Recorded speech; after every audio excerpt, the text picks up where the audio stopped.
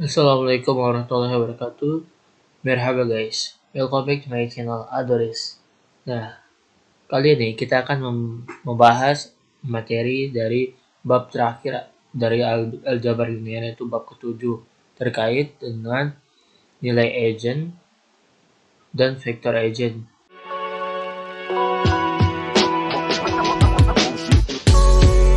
Nilai agent dan vektor agent itu membahas tentang vektor agent pastinya, yang kedua pendiagonalan, yang ketiga pendiagonalan ortogonal. Nah, ini vektor agent itu ada rumus baru, nanti teman-teman pelajari. Kemudian ini pendiagonalan itu pengulangan materi sebelumnya tapi menggunakan prinsip dari bab 7, yaitu tentang agent. Dan juga materi yang ketiga tentang pendiagonalan ortogonal. Oke, kita bahas satu persatu.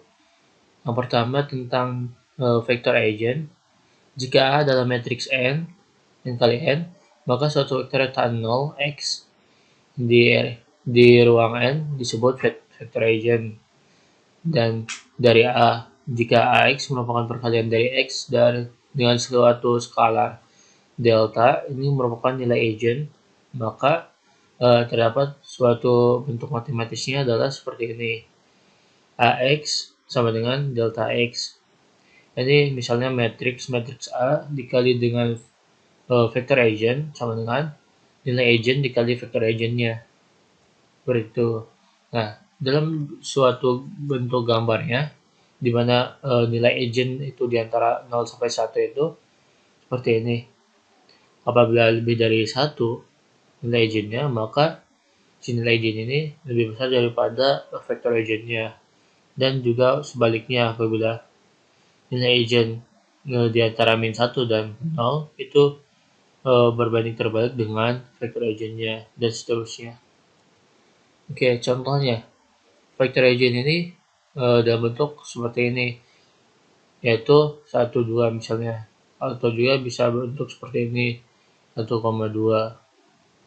Itu vektor agent, tinggal ditambah agent doang, bentuk vektornya sama.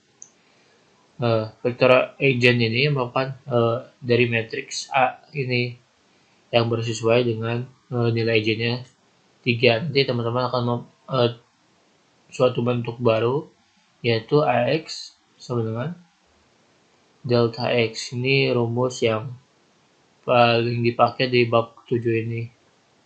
Nanti akan kita bahas di slide selanjutnya. Oke. Nah, dari pengertian ini, bahwa si AX ini merupakan perkalian dari X dengan suatu skalar, yaitu AX sama dengan delta X. Maka kita dapat pindahkan sebelah kiri membentuk seperti ini. Delta I ini merupakan suatu matriks identitas. Karena matriks A, maka harus temannya juga matriks juga. Maka tinggal dikalikan aja di sini nilai agent ini dengan matriks identitas. Nah, agar nilai agent ini harus ada vektor tan 0, yaitu solusi tan 0 atau non trivial, maka si SPL nomor 2 ini, yaitu delta I min A X sama dengan 0, harus mempunyai solusi tan 0. Jika memenuhi syarat ini, determinan delta I min A sama dengan 0. Nah, bentuk ini merupakan disebut persamaan karakteristik dari matriks A, dan juga disebut sebagai polinomial karakteristik. Nah, ini bentuk atau rumus yang teman-teman harus ingat di bab 7 ini tentang agent. Oke, contohnya aja langsung. Misal dicari nilai agent dari matriks A, berarti dicari nilai delta dari matriks A 0440. Maka nilai agent dari matriks ini yaitu menggunakan rumus tadi, persamaan karakteristik det A delta I min A kali X sama dengan 0.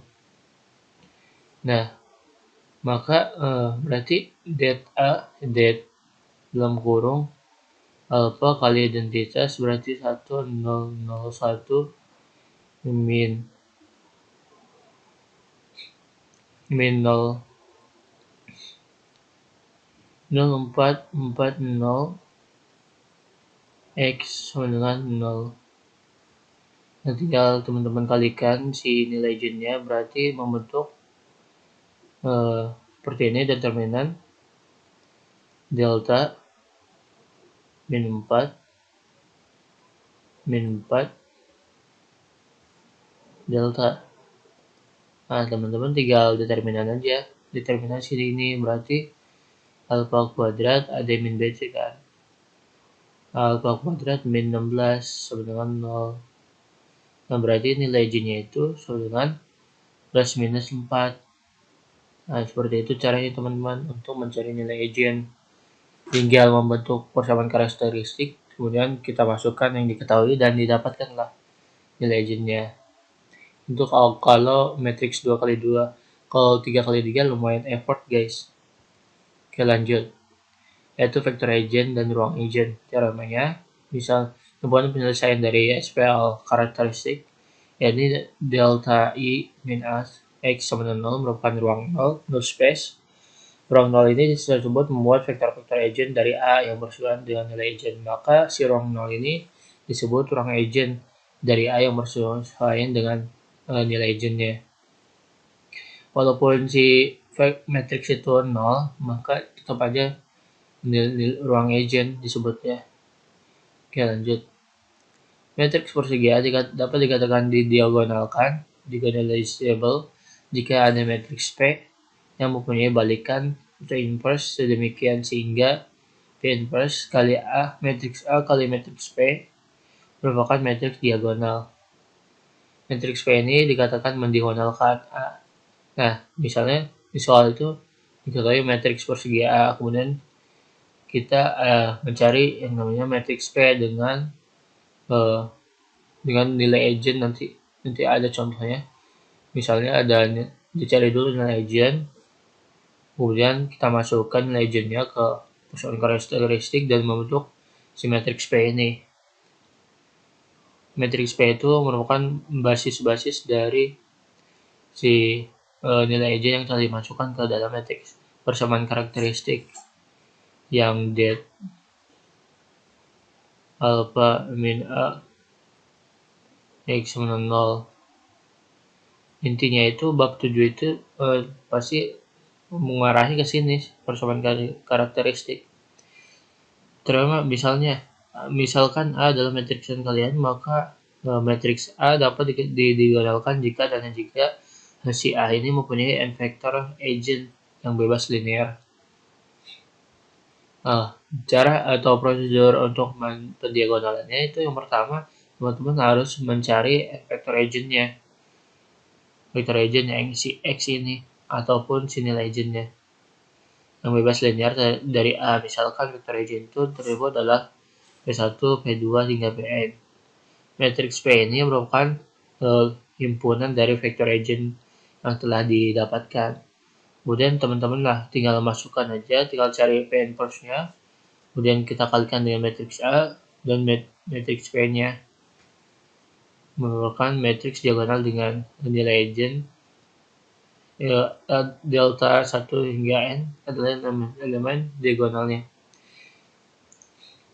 Oke, contoh aja langsung. Misalnya ada matriks 3x3, matriks A, carilah matriks P yang mendiagonalkan. Yang berarti teman-teman harus ingat rumus yang ini ya. P inverse kali A kali P. Nah, untuk menentukan ini, kita teman-teman harus membentuk persamaan karakteristik dulu, cari nilai agennya menggunakan ini in A kali X sama dengan 0. Nah, didapatkanlah setelah dimasukkan ke sini, didapatkan nilai agennya, terdapat dua nilai agen, yaitu nilai agen yang pertama adalah 2 dan nilai agen yang kedua adalah 1. Yang dimana si nilai agen yang pertama ini menghasilkan vektor agen. Ada dua vektor agen, yaitu vektor agen yang pertama P1 yaitu basisnya adalah min1, 0,1 dan P2 0,1,0.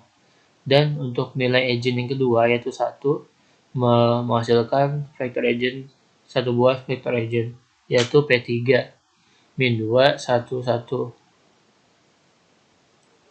Nah, berarti matriks P-nya itu merupakan himpunan dari si vector agentnya, yaitu P1, P2, P3. Nah, untuk membuktikan bahwa si matriks P ini dapat mendiagonalkan A, matriks A, maka menggunakan rumus ini. P inverse kali matriks A kali matriks P. Nah, didapatkanlah matriks P-nya, kemudian kita hitung apakah si matriks P ini mendiagonalkan matriks A, itu harus mendapatkan matriks diagonal di akhirnya. Kita kalikan aja, dan didapatkanlah matriks diagonal, berarti si matriks P ini dapat mendiagonalkan matriks A.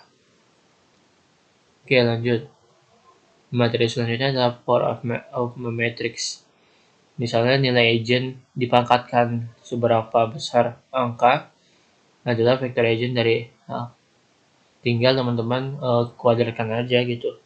Maksudnya, misalnya matriks A kuadrat dikali vector agent sama dengan matriks A kali matriks A agent, dan menghasilkan nilai agent dikuadratkan kali vector agentnya. Contoh aja langsung, pentagonal matriks A, yaitu rumusnya ini kan P inverse kali A kali P, yaitu membentuk vector agent. Ya. Power of matrix ini seberapapun dipangkatkan si ini bentuk ini, tinggal teman-teman pangkatkan aja entry-entry yang ada di diagonal matrixnya ini, tinggal dipangkatkan seberapa besar ini. Misalnya pangkat 3, tinggal pangkat 3 kan aja semuanya, dan seterusnya seperti itu. Nah, contohnya, hitunglah matriks A pangkat 13, di mana matriks A-nya itu ini 02, 00 min 2, 121, 103. Dari contoh sebelumnya, teman-teman harus menentukan matriks P-nya dulu, yaitu vector agent-nya, yaitu menggunakan persamaan karakteristik yang det delta E min A kali X sama dengan 0. Nah, didapatkan nilai agent dan membentuklah vector agent yang sebagai basis dari matriks P yang mendiagonalkan matriks A ini. Kemudian kita carilah dengan rumus P inverse A kali D, A kali P, didapatkanlah matriks diagonal, yaitu 2, 0, 0, 0, 2, 0, 0, 1. Nah, yang dicarikan matriks A pangkat 13, nah teman-teman tinggal pangkatkan aja si matriks diagonal ini dengan angka pangkat dengan 13, didapatkan hasil seperti ini. Ya, si diagonal ini tinggal dikali pangkatkan 13, dan menggunakan rumus ini, yaitu matriks P dikali matriks diagonal pangkat 13 dikali P inverse, dan didapatkan hasil sebesar ini. Oke, selanjutnya yaitu pentagonal matriks simetriks. Misalnya diberikan matriks persegi A, apakah ada matriks ortogonal P sedemikian sehingga matriks P inverse kali A kali P sama dengan P transpose kali A kali P adalah matriks diagonal. Jika matriks P tersebut, maka A dapat didiagonalkan secara ortogonal, dan matriks P mendiagonalkan A secara ortogonal. Jadi si matriks A dan si P dan matriks P ini saling mendiagonalkan gitu secara ortogonal. Teoremanya itu, jika A adalah matriks simetris, maka semua nilai agent dari A adalah bilangan real. Kemudian vektor-vektor agent dari ruangan agent yang berbeda saling ortogonal. Vektor agent saling ortogonal. Oke, prosedurnya untuk pendiagonalkan secara ortogonal, yaitu yang pertama tentukan basis dulu untuk masing-masing ruang agent dari matriks A. Kemudian kita terapkan proses Gram-Schmidt yang di bab sebelumnya, yaitu ruang vektor umum yang kalau nggak salah itu yang U yang dan Q gitu, yang menggunakan proyeksi gitu. Untuk mendapatkan basis ortonormal, yang dimana proses Gram-Schmidt kan menghasilkan basis ortogonal. Kemudian teman-teman nilai basis ortogonal itu tinggal dibagi dengan, misalnya si V ini merupakan basis ortogonal, teman-teman tinggal dibagi dengan panjang V-nya, dan ini basis ortonormal untuk mencari basis ortonormal. Q sama dengan V dibagi dengan panjang V-nya. Kemudian setelah mendapatkan basis ortonormal untuk masing-masing ruang egen, maka bentuk matriks V yang kolom-kolomnya adalah vektor-vektor yang didapat dari langkah 2. Nah, matriks P yang telah didapatkan ini akan mendiagonalkan matriks A secara ortogonal. Nah, tahapnya juga sama sih, sama seperti mendiagonalkan matriks. Tapi teman-teman tinggal menambahkan proses Gram-Schmidt aja di tengah-tengah langkahnya. Oke, langsung aja ke contoh. Misalnya teman-teman harus mencari matriks P dari matriks A yang mendiagonalkan secara ortogonal, serta hitung nilai P transpose kali A kali P. Ini untuk pendiagonalan secara ortogonal ya. Secara ortogonal rumusnya seperti ini. Ortogonal, kalau pendiagonalan biasa itu sama dengan ini rumusnya P inverse kali A kali P.